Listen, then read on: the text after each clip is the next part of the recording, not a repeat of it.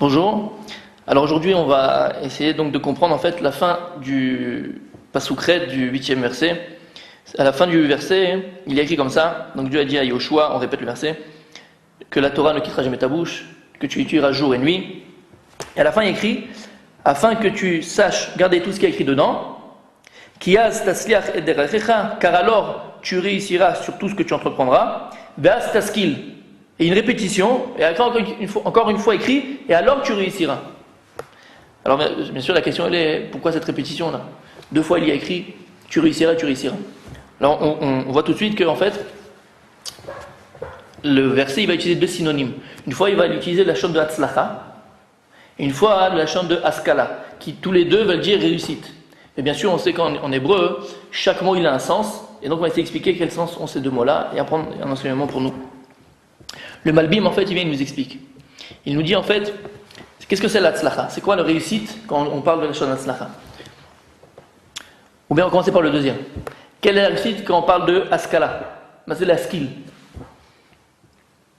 Alors en fait, il explique, il dit que quand l'homme, il a des choix à faire dans la vie, pour arriver à son but, si c'est les choix que je vais faire dans ma vie, ouais, je vais les faire par mon intelligence, par mon intellect, par ma réflexion, et que grâce à ça, je vais arriver à atteindre mon but et donc arriver à ma réussite, là ça voudra dire que je suis maskil, c'est-à-dire que j'ai réussi. Taskil, askala, sechel. Pourquoi? Parce que là c'est la réflexion, ma réflexion propre, personnelle, qui a fait que je vais atteindre mon but et que j'ai réussi. Donc là c'est askala. Par contre, hatzlacha c'est quoi? Hatzlacha, hein, on explique, ils disent que c'est une réussite qui vient bémicré, par hasard, entre guillemets. Parce que même ça il faudrait le développer, il n'y a pas de hasard, et même la chance, il faut l'amener à soi-même. Mais ça veut dire quoi? Ça veut dire qu'en fait, j'ai pas réfléchi, il n'y a pas eu de réflexion ici pour arriver à mon but, et en fait on dirait que la réussite elle vient à moi. Le plus grand exemple c'est qui? Yosef Hatzadik. Qu'est-ce qu'il y a écrit dans la Torah? Yosef Ish Matzliach. Alors certains ils voulaient dire que Yosef Hatzadik c'était un Tunisien parce qu'Ish Matzliach, mais c'est pas ça le chat. D'accord? C'est quoi Ish Matzliach? Ça veut dire que tout ce qu'il entreprenait Yosef c'était béni. Mais pourquoi? Il y a écrit, Dieu lui a dit, je serai avec toi en Égypte, et il y a écrit que Dieu était dans tout ce que Yosef touchait, et Dieu était avec lui.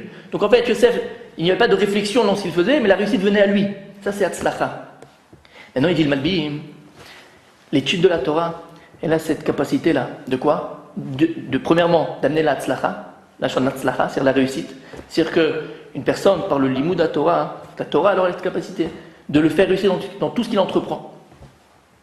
Et donc, une autre capacité c'est quoi? C'est par le limud de la Torah, je peux réussir à arriver à quoi? À la Haskala, à la réussite. Mais quelle réussite? C'est que la Torah, en fait, elle va me permettre de changer complètement mon état d'esprit. Et en fait, tous les choix que je ferai dans ma vie, je ferai toujours le bon choix. Et dans tous les domaines de la vie, je ferai toujours le bon choix pour arriver à mon but et pour réussir. La Torah a cette capacité-là de changer complètement l'état d'esprit de la personne. Et on comprend bien, en fait, que ce deuxième sens de réussite qui s'appelle Haskala, les taskil, comme écrit dans le Passouk, il est beaucoup plus puissant que le premier. Parce qu'avec le deuxième, ici on te dit qu'en fait que la Torah, elle a cette capacité-là. La capacité de changer l'esprit de la personne, tout ton état d'esprit. C'est-à-dire que quand j'aurai des choix à faire dans ma vie, grâce à mon étude, grâce à la Torah, je vais arriver, par ma réflexion personnelle, à mon but et à ma réussite. Alors comment ça marche? C'est beau, mais comment ça marche? Alors c'est nifla, c'est extraordinaire. Vous savez, les chachamim, ils nous disent, les sages, ils disent, dans un autre endroit, ils disent que Meshaye Makom, Meshaye Mazalo. Vous voyez? C'est connu. C'est quand quelqu'un est dans un endroit, rien ne sourit. Tout est noir, rien ne marche, rien ne va. On lui dit quoi? On le conseille. On lui dit, tu sais quoi, ça marche pas ici. Change d'endroit et ta chance, elle va changer. Ton destin, il va changer. Change d'endroit. Alors on a l'impression, c'est quoi ça? On a l'impression que c'est un peu abracadabra, ouais. C'est une baguette magique, tu changes d'endroit, ça va marcher. C'est quoi? Comment ça marche ça? Comment ça marche?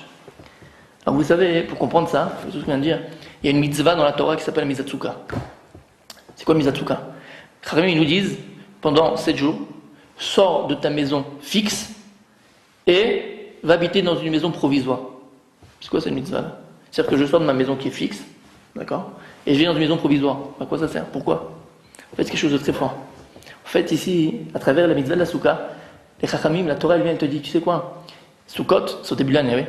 La Torah, elle vient, elle te dit, sors de tout ce qui était fixe dans ta tête, de toutes tes idées fixes. Ils n'ont rien inventé, les Gaulois. Hein?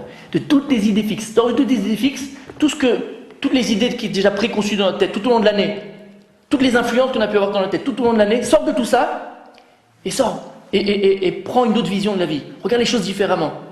Vous savez, une fois, je me suis trouvé chez un voisin qui habitait à 4 bâtiments de chez moi. J'avais une affaire à régler, d'accord? Et je suis parti chez lui, donc il mangeait, il faisait quelque chose. Il m'a dit, attends-moi dans le salon. J'attendais, et je suis sorti dans le balcon, dans la même rue que chez moi. Je vis là-bas depuis quelques années, d'accord? Je me suis mis dans le balcon, j'ai vu ma rue.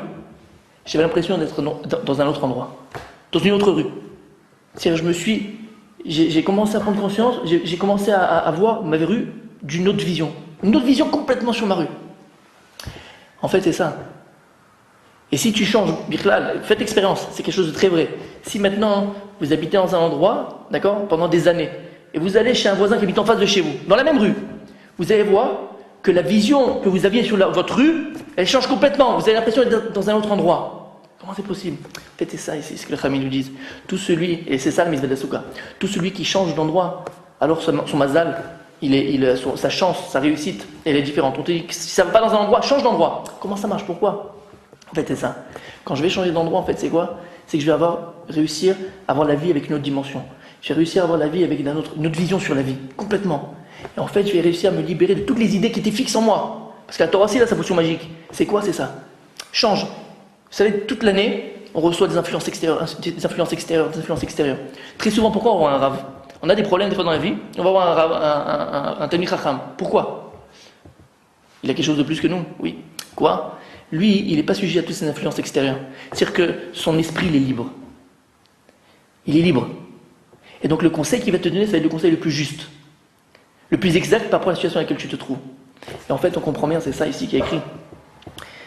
C'est ça la scala.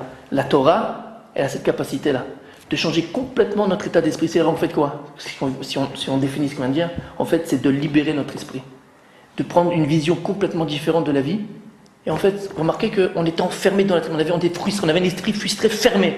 Et maintenant, Baruch Hashem, on arrive à avoir un esprit ouvert, on arrive à voir les choses complètement de manière différente.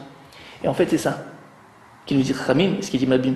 La Torah, elle a cette capacité-là de pouvoir changer l'état d'esprit d'une personne, et que grâce à ça, tous les choix que tu feras dans la vie, par ta propre réflexion à toi, tu feras toujours les bons choix, et grâce à ça, tu arriveras à ta réussite. À bientôt.